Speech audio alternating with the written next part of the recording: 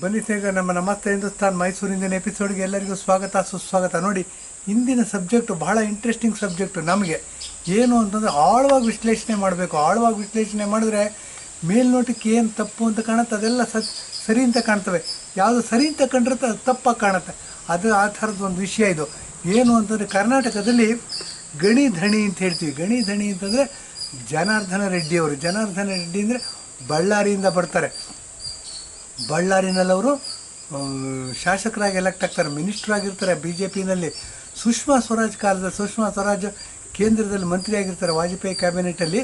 ಅವರು ಬಳ್ಳಾರಿಗೆ ಬಂದಾಗ ಏನಾಗುತ್ತೆ, ಗೌರಿ ಪೂಜೆ ಮಾಡ್ತಾರೆ, ಬಾಗಣ ಕೊಡ್ತಾರೆ, ತಗೋತಾರೆ, ಮತ್ತು ತಮ್ಮ ಅಂತ ಡಿಕ್ಲೇರ್ ಮಾಡಿಬಿಟ್ಟಿರ್ತಾರೆ ಜನಾರ್ದನ ರೆಡ್ಡಿ. ಈತನೂ ಅಷ್ಟೇ, ಅಕ್ಕ ಅಂತ ಟ್ರೀಟ್ ಮಾಡಿಬಿಟ್ಟು ಪ್ರತಿ ಗೌರಿ ಪೂಜೆಗೆ ಅವ್ರನ್ನ ಕರೆಸ್ಕೊತಿರ್ತಾರೆ, ವೈಭವವಾಗಿ ಗೌರಿ ಪೂಜೆ ಮಾಡ್ತಿರ್ತಾರೆ. ಹೀಗಾಗಿ ಬಿ ಜೆ ಪಿ ಕರ್ನಾಟಕದಲ್ಲಿ ಸ್ಟ್ರಾಂಗಾದ ಫೌಂಡೇಶನ್ ಹಾಕೋದಕ್ಕೆ ಸಹಾಯ ಮಾಡ್ತಾರೆ. ಈ ಗಣಿ ರೆಡ್ಡಿ ಇವ್ರದ್ದೇನಪ್ಪ ಬಿಸ್ನೆಸ್ಸು ಅಂತಂದರೆ, ಇವರು ನೋಡಿ ಗಣಿಗಾರಿಕೆ ಮಾಡ್ತಿರ್ತಾರೆ. ಗಣಿಗಾರಿಕೆ ಅನ್ನೋದು ಇತ್ತೀಚೆಗೆ ಬಂದಿದ್ದು. ಏನು ಅಂತಂದರೆ ಮಣ್ಣನ್ನು ಚೈನಾ ಕಳಿಸ್ತಿರ್ತಾರೆ. ಆ ಮಣ್ಣಲ್ಲಿ ಕಬ್ಬಿಣದ ಅದಿರಿರುತ್ತೆ. ಚೈನಾದವ್ರು ಏನು ಮಾಡ್ತಾರೆ, ಕಬ್ಬಿಣದ ಅದರನ್ನ ಪ್ರೋಸೆಸ್ ಮಾಡಿ ಸ್ಟೀಲ್ನ ಮಾಡಿ ಇಂಡಿಯಾಕ್ಕೆ ಮಾರ್ತಾರೆ, ಪ್ರಪಂಚಕ್ಕೆಲ್ಲ ಮಾರ್ತಿರ್ತಾರೆ. ಹೀಗಾಗಿ ಏನಾಗುತ್ತೆ, ಕರ್ನಾಟಕದ ಬಳ್ಳಾರಿ ಮಣ್ಣಲ್ಲಿ ಇಷ್ಟೊಂದು ದುಡ್ಡಿದೆ ಅನ್ನೋದೇ ಗೊತ್ತಿರಲಿಲ್ಲ ನಮಗೆ. ಸ್ವಾತಂತ್ರ್ಯ ಬಂದು 65 ವರ್ಷಗಳ ಕಾಲ ಕಾಂಗ್ರೆಸ್ ರೂಲ್ ಮಾಡುತ್ತೆ.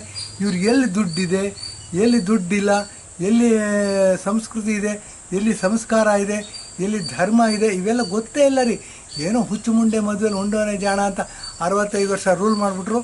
ಅದು ಯಾರು ಮುಸಲ್ಮಾನರಂತೆ, ಅವರು ಹಿಂದೂಗಳ ಹೆಸರಿಟ್ಕೊಂಡ್ರಂತೆ, ಜವಾಹರ್ಲಾಲ್ ನೆಹರು ಅಂತ ಹೆಸರಿಟ್ಕೊಂಡ್ರಂತೆ, ಕಾಶ್ಮೀರಿ ಪಂಡಿತರಂದಂತೆ.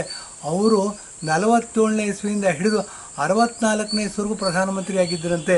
ಅದಾದ ನಂತರ ಅವರ ಮಗಳು ಶ್ರೀಮತಿ ಇಂದಿರಾ ಗಾಂಧಿಯವರು ಪ್ರಧಾನಮಂತ್ರಿ ಆಗ್ತಾರೆ. ಅದಾದ ನಂತರ ಶ್ರೀಮತಿ ಇಂದಿರಾ ಗಾಂಧಿಯವರ ಮಗ ರಾಜೀವ್ ಗಾಂಧಿ ಪೈಲಟ್ ಆಗಿರ್ತಾರಂತ, ಆತನ ಪ್ರಧಾನಮಂತ್ರಿ ಮಾಡ್ತಾರೆ. ಅದಾದ ಮೇಲೆ ನೋಡಿ ಸ್ವಲ್ಪ ಹದಗೆಟ್ಟಿದೆ ಅಂತ ಹೇಳ್ಬೋದು. ಅಂದರೆ ನೀರು ತುಂಬ ಕವಲಾಗಿ ಹೊಡೆದ್ಬಿಟ್ಟಿದೆ. ಈಗೇನಾಗಿದೆ, ಸೋನಿಯಾ ಗಾಂಧಿ, ರಾಜೀವ್ ಗಾಂಧಿಯವರ ಹೆಂಡತಿ ಸೋನಿಯಾ ಗಾಂಧಿ ರಿಮೋಟ್ ಕಂಟ್ರೋಲ್ ಅಂತ ಸೋಷಿಯಲ್ ಮೀಡಿಯಾದಲ್ಲಿ ಅವ್ರಿಗೆ ಹೆಸರು ಕೊಟ್ಟಿದ್ದಾರೆ. ಆಕೆ ಏನೂ ಕೆಲಸ ಮಾಡೋದಿಲ್ಲ ರೀ. ಇಲ್ಲಿ ಇಂಟ್ರೆಸ್ಟಿಂಗ್ ಸಬ್ಜೆಕ್ಟ್ ಏನೂ ಕೆಲಸ ಮಾಡೋದಿಲ್ಲ. ಆದರೆ ಶ್ರೀಮಂತರ ರ್ಯಾಂಕಿಂಗಲ್ಲಿ 4th ರಿಚೆಸ್ಟ್ ವುಮೆನ್ ಅಂತ ಆಕೆ. ಹೆಂಗೆ ಇದು ಸೋಷಿಯಲ್ ಮೀಡಿಯಾದ ಹರಿದಾಡ್ತಾ ಇದೆ. ಇದನ್ನು ನಾವೆಲ್ಲ 1000 ಬಾರಿ ಕ್ವಶನ್ ಮಾಡಬೇಕಾಗತ್ತೆ. ಇದಲ್ದೇ ಬನ್ನಿ, ಇನ್ನೂ ಒಂದು ವಿಷಯ ಏನು ಅಂತಂದರೆ, ಏನೂ ಕೆಲಸ ಮಾಡೋದಿಲ್ಲ ಕಾಂಗ್ರೆಸ್ನವರು. ಅದಾನಿ ಮೋದಿಯವ್ರ ಶಿಷ್ಯ ಅಂತೆ. ಮೋದಿಯವರು ಅದಾನಿಯವ್ರಿಗೆ ಭಾಳ ಹೆಲ್ಪ್ ಮಾಡಿದ್ರಂತೆ, ರೈತರಿಗೆ ಹೆಲ್ಪ್ ಮಾಡ್ತಿಲ್ವಂತೆ. ರೈತರಿಗೆ ನರೇಂದ್ರ ಮೋದಿಯವರು ಪ್ರತಿ ವರ್ಷಕ್ಕೆ 6,000 ರೂಪಾಯಿ, 2,000 ರೂಪಾಯಿ ಥರ 4 ತಿಂಗಳು ಒಮ್ಮೆ ಡೈರೆಕ್ಟ್ ಅಕೌಂಟಿಗೆ ದುಡ್ಡು ಹಾಕ್ತಾರೆ. ಹಾಗೆ ಪ್ರತಿಯೊಬ್ಬ ರೈತನಿಗೆ ಭಾರತ ದೇಶದಲ್ಲಿರ್ತಕ್ಕಂಥ, ಹಿಂದೂಸ್ತಾನದಲ್ಲಿರ್ತಕ್ಕಂಥ, ಇಂಡಿಯಾದಲ್ಲಿರ್ತಕ್ಕಂಥ ಪ್ರತಿಯೊಬ್ಬ ರೈತನ ಅಕೌಂಟಿಗೆ 2,000 ರೂಪಾಯಿ ಥರ 4 ತಿಂಗಳಿಗೊಮ್ಮೆ 2,000 ರೂಪಾಯಿ ಥರ ಪ್ರತಿ ವರ್ಷ 6 ತಿಂಗಳು 6,000 ರೂಪಾಯಿ ಹಾಕ್ತಾರೆ. ಇದು ನರೇಂದ್ರ ಮೋದಿಯವರು ಎಲೆಕ್ಷನ್ ಗೆದ್ದ ಮೇಲೆ ಮಾಡಿರ್ತಕ್ಕಂಥ ಒಂದು ಏನು ಅಂತಂದರೆ ಒಂದು ಅನುಕೂಲ. ಏನು ಅಂತ ರೈತರು ಭಾಳ ಕಷ್ಟಪಡ್ತಾರೆ, ಮಳೆನೇ ನಂಬ್ಕೊಂಡಿರ್ತಾರೆ, ಬೆಳೆ ನಾಶ ಆಗ್ಬಿಡುತ್ತೆ, ಹಾಗಾಗ್ಬಿಡುತ್ತೆ, ಹೀಗಾಗ್ಬಿಡುತ್ತೆ ಅನ್ನೋ ಪ್ರತಿಯೊಬ್ಬರ ರೈತರಿಗೂ 2,000 ರೂಪಾಯಿ 4 ತಿಂಗಳಿಗೊಮ್ಮೆ ಹಾಗೆ ಹಾಕ್ತಾಯಿದ್ದಾರೆ. ಅದು ಭಾಳ ಸಕ್ಸಸ್ ಆಗಿದೆ ಸ್ಕೀಮು. ಇದರಿಂದ ಸ್ಫೂರ್ತಿ ಪಡೆದ ಸಿದ್ದರಾಮಯ್ಯನವರು 5 ಬಿಟ್ಟಿ ಭಾಗ್ಯಗಳನ್ನ ಅನೌನ್ಸ್ ಮಾಡಿದ್ರು. ಏನು ಅಂತಂದರೆ ಇವ್ರಿಗೆ ಸ್ವಂತ ಬುದ್ಧಿನೇ ಇಲ್ಲ ರೀ ಕಾಂಗ್ರೆಸ್ ಅವ್ರಿಗೆ. ಇವ್ರದ್ದು ಕಾಪಿ ಮಾಡ್ಕೋತಾರೆ, ತಮ್ಮದು ಅಂತ ಹೇಳ್ಕೊತಾರೆ. ಈಗ ಬನ್ನಿ, ಇದ್ರದ್ದು ಲೇಟೆಸ್ಟ್ ಉದಾಹರಣೆ ಹೇಳ್ತೀನಿ. ಮೊನ್ನೆ ನಿರ್ಮಲಾ ಸೀತಾರಾಮನ್ ಅವ್ರು ಬಂದಿದ್ದರು ನಮ್ಮ ವಿಡಿಯೋ. ಇದನ್ನು ನಮ್ಮ ಮಾಲತಿ ಭಟ್ ಅವ್ರು ಮಾಡಿದ್ದಾರೆ, 4-5 ವಿಡಿಯೋ ಮಾಡಿದ್ದಾರೆ, ಅದು ನೋಡ್ಬೋದು ತಾವು. ನಿರ್ಮಲಾ ಸೀತಾರಾಮನ್ ಅವರು ಒಂದು ಮಾತು ಹೇಳಿದ್ರು. ಅವರು ಭಾರತ ಸರ್ಕಾರದ ಆರ್ಥಿಕ ಮಂತ್ರಿ, ಅಂದರೆ ಫೈನಾನ್ಸ್ ಮಿನಿಸ್ಟರ್ ಅವರು ಜವಾಹರ್ಲಾಲ್ ನೆಹರು ಯೂನಿವರ್ಸಿಟಿನಲ್ಲಿ ಪೋಸ್ಟ್ ಗ್ರ್ಯಾಜುಯೇಷನ್ ಮಾಡ್ತಾರೆ. ಮಧುರೈನಲ್ಲಿ ಹುಟ್ಟುತ್ತಾರೆ, ಮತ್ತು ಅಲ್ಲಿ ಗ್ರ್ಯಾಜುಯೇಷನ್ ಮುಗಿಸ್ತಾರೆ. ತುಂಬ ಸಾಧಾರಣ ಕುಟುಂಬದಿಂದ ಬಂದಿರತಕ್ಕಂಥ ಮಧ್ಯಮ ವರ್ಗದ, ಕೆಳ ಮಧ್ಯಮ ವರ್ಗದ ಮಹಿಳೆ ಆಕೆ. ತುಂಬ ಬುದ್ಧಿವಂತೆ, ತುಂಬ ಸ್ವಾಭಿಮಾನಿ, ತುಂಬ ಆತ್ಮಾಭಿಮಾನಿ, ತುಂಬ ಎಜುಕೇಟೆಡ್. ಬನಾನಾ ರಿಪಬ್ಲಿಕ್ ಮಾಡೋದಕ್ಕೆ ಇಂಡಿಯಾ ಏನೇನು ವಾತಾವರಣ ಕೊಂಡಿದೆ ಅದನ್ನೆಲ್ಲ ಧ್ವಂಸ ಮಾಡಿಬಿಟ್ಟಿದ್ದಾರೆ. ಏನಾಗಿದೆ, ಆ ಎಮ್ಮ ಬಂದಾಗ ಕರ್ನಾಟಕ ಸ್ಟೇಟ್ ಓಪನ್ ಯೂನಿವರ್ಸಿಟಿಯಲ್ಲಿ ಒಂದು ಸೆನೆಟ್ ಹಾಲ್ ಅಂತ ಇದೆ. ಸೆನೆಟ್ ಹಾಲ್ ಅಂತ ಸುಮಾರು 2,000 ಜನ ಕೂತ್ಕೋಬೋದು. ಅಲ್ಲಿ ಒಂದು ಇನ್ಫಾರ್ಮಲ್ ಇಂಟ್ರ್ಯಾಕ್ಷನ್ ಇತ್ತು. ಇನ್ಫಾರ್ಮಲ್ ಇಂಟ್ರ್ಯಾಕ್ಷನ್ ಅಂದರೆ ಅನೌಪಚಾರಿಕ ಸಂವಾದ ಆಯಿತು. ಸಂವಾದದಲ್ಲಿ ಆಕೆ ಹೇಳಿದ್ರು, ಸಿದ್ದರಾಮಯ್ಯನವರು ಕರ್ನಾಟಕದ ಮುಖ್ಯಮಂತ್ರಿಯವರು ನಮ್ಗೆ ಅನುದಾನ ಕೊಟ್ಟಿಲ್ಲ ತಾರತಮ್ಯ ಮಾಡ್ತಾ ಇದೆ ಅಂತ ಹೇಳ್ತಿದ್ದಾರೆ. ಅವ್ರು ಹೇಳಿದ್ರು ಚಾಲೆಂಜ್ ಮಾಡಲಿ ಇವರು, ಬೇಕಾದಷ್ಟು ಕಾನೂನುಗಳಿವೆ, CAG ಇದೆ, ಆಡಿಟ್ ರಿಪೋರ್ಟ್ಗಳಿವೆ, ಬಡ್ಜೆಟ್ ಇದೆ, ಬಡ್ಜೆಟ್ ಪೂರಕವಾದ ಡಿಪಾರ್ಟ್ಮೆಂಟ್ಗಳಿರುತ್ತೆ, ಅದೆಲ್ಲ ಆಧಾರ ಕೊಟ್ಟು ನನಗೆ ಇಂಥ ದುಡ್ಡು ನೀವು ಕೇಂದ್ರ ಸರ್ಕಾರದಿಂದ ಬರಬೇಕು ಅಂತಂದರೆ 1 ನಿಮಿಷನೂ ಲೇಟ್ ಮಾಡಿಲ್ಲ, ನಾನು ಕರ್ನಾಟಕ ಕೊಡಬೇಕಾಗಿರೋ ಹಣನ ಎಲ್ಲ ಕೊಟ್ಟಿದ್ದೀನಿ ಅಂತ ಹೇಳಿದ್ರು. ಆದರೂ ಮೊನ್ನೆ ಸಿದ್ದರಾಮಯ್ಯನವರು ಹೇಳಿದ್ದಾರೆ, ಏನು ಹೇಳಿದ್ದಾರೆ ಅಂದರೆ ನಮ್ಮ ಜೊತೆ ಬಹಿರಂಗ ಚರ್ಚೆಗೆ ಬನ್ನಿ ಅಂತ.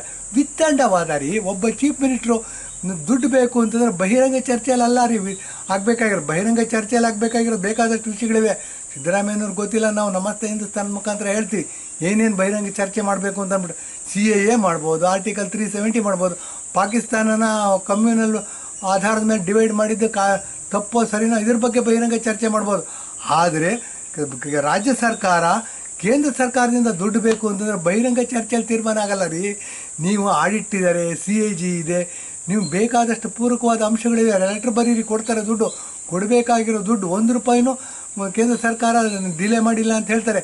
ನೀವು ಬಹಿರಂಗ ಚರ್ಚೆಗೆ ಬನ್ನಿ ಅಂತ ಒಂದು ಹೆಣ್ಮಗಳನ್ನ ಕರೆದ್ರೆ ಇದು ನಿಜವಾಗ್ಲೂ ಗಂಡಸ್ತಾನ ಅನ್ನೋ ಪ್ರಶ್ನೆ ಉಳಿಯುತ್ತೆ. ಬನ್ನಿ, ಇವತ್ತು ಶುರು ಮಾಡಿದ್ದು ಬೇರೆ ವಿಷಯಕ್ಕೆ, ಇದೇನಾಯಿತು ಅಂದರೆ ಮಧ್ಯ ತೂರ್ಕೊಂಡು ಬಂದ್ಬಿಡ್ತು. ವಿಷಯ ತುಂಬ ಗಂಭೀರವಾಗಿತ್ತು. ನಾವೆಲ್ಲ BJP ಸಿಂಪತೈಸರ್ಸು, ಕ್ಯೂನಲ್ಲಿ ನಿಂತು ಟ್ಯಾಕ್ಸ್ ಕಟ್ಟೋರು. ನಮ್ಮ ದುಡ್ಡನ್ನ ಇವರು ಟ್ಯಾಕ್ಸಲ್ಲಿ ಕಲೆಕ್ಟ್ ಮಾಡಿಬಿಟ್ಟು ಬಿಟ್ಟಿ ಭಾಗ್ಯ ಅಂತ ಅಂದ್ಬಿಟ್ಟು ಕೊಡ್ತಾರಲ್ಲ, ನಮ್ಗೆ ಹೊಟ್ಟೆ ಉರಿಯುತ್ತೆ. ನಮ್ಮ ದುಡ್ಡು ಪೋಲಾಗ್ತಿರುತ್ತೆ. ನಮ್ಮ ಮಗ ಇಸ್ಪೀಟಲ್ಲಿ ಕಲ್ತ್ರೆ ಎಷ್ಟು ಹೊಟ್ಟೆ ಹಿಂಡತ್ತೆ ನಮಗೆ, ಅಷ್ಟು ಹಿಂಡ್ತಾ ಇದೆ. ಬಸವಣ್ಣವ್ರ ಬಗ್ಗೆ ಮಾತಾಡ್ತಾರೆ ಇವರು. 12ನೇ ಶತಮಾನದಲ್ಲಿ ಕ್ರಾಂತಿಯೋಗಿ ಬಸವಣ್ಣ ಅಂತಾರೆ. ಲಿಂಗಾಯತರು ಎಲ್ಲಿ ಓಟ್ ಬ್ಯಾಂಕ್ ಜಾಸ್ತಿ ಇದೆ ಅಲ್ಲಿ ಹೋಗಿ ಮಾತಾಡ್ತಾ ಇರ್ತಾರೆ. ಕಾಯಕವೇ ಕೈಲಾಸ ಅಂತಾರೆ, ದುಡ್ದವ್ರಿಗೆ ಮಾತ್ರ ಸುಖ ಪಡೋ ಹಕ್ಕಿದೆ ಅಂತ ಹೇಳ್ತಾರೆ. ಇನ್ನೂ ಏನೇನೋ ಉದ್ದುದ್ದ ಭಾಷಣ ಬಿಡ್ತಾರೆ. ಇಷ್ಟೆಲ್ಲ ಭಾಷಣ ಬಿಡೋರು 14-15 ಬಡ್ಜೆಟ್ ಕೊಟ್ಟಿರೋರಿಗೆ ಅಲ್ಪ ಜ್ಞಾನವೂ ಇಲ್ವಾ? ಇವ್ರು ಕೇಂದ್ರ ಸರ್ಕಾರದಿಂದ ದುಡ್ಡು ಪಡಬೇಕು ಅಂದರೆ ರಸ್ತೆಯಲ್ಲಿ ಕೂತ್ಕೊಂಡು ತೀರ್ಮಾನ ಮಾಡೋದಲ್ಲ ರೀ ವಿಷಯ. ಇದು ಒಂದು ಲೆಟ್ರ್ ಬರೀರಿ, ಇಂತಿಂಥ ಆಧಾರದ ಮೇಲೆ ನೀವು ದುಡ್ಡು ಕೊಡಬೇಕು ಅಂತ 1 ನಿಮಿಷನೂ ಲೇಟ್ ಮಾಡ್ದಂಗೆ ರಿಲೀಸ್ ಮಾಡೋದಕ್ಕೆ ರೆಡಿ ಇದ್ದಾರೆ ಅವರು. ಅದು ಬಿಟ್ಟುಬಿಟ್ಟು ಬಹಿರಂಗ ಚರ್ಚೆಗೆ ಬನ್ನಿ ಅಂತ ಕರಿತಿರಲ್ಲ ಸ್ವಾಮಿ, ಇದು ಸರಿನಾ? ಹಮಾರ ಕುತ್ತಾ ಹಮಾರ ಗಲಿ ಮೇ ಶೇರ್ ಹಾಯಿ ಅಂತ ಅಂದ್ಬಿಟ್ಟು ಗಾದೆನೇ ಇದೆ. ನೀವೇನು ರೀ ಬಹಿರಂಗ ಚರ್ಚೆ ಕರೆಯೋದು? ಸಾಮಾನ್ಯ ಜನ, ನಮ್ಗೆ ಅರ್ಥ ಆಗೋ ವಿಷಯ ನಿಮ್ಗೆ ಅರ್ಥ ಆಗೋದಿಲ್ಲ. ಮುಖ್ಯಮಂತ್ರಿ 14-15 ಬಡ್ಜೆಟ್ ಮಾಡಿದ್ದೀನಿ ಅಂತ ನಿಮಗೆ ಏನಾದರೂ ಕೇಂದ್ರ ಸರ್ಕಾರದಿಂದ ದುಡ್ಡು ಬರಬೇಕಾಗಿದ್ದರೆ ಅದಕ್ಕೆ ಆಧಾರ ಕೊಡಿ. ಬಡ್ಜೆಟ್ ಮಾಡಿರೋರು ನೀವು 1 ನಿಮಿಷನೂ ಡಿಲೀಟ್ ಮಾಡ್ದಂಗೆ ನಿಮ್ಗೆ ಅನುದಾನಗಳನ್ನ ಕೊಡ್ತಾರೆ.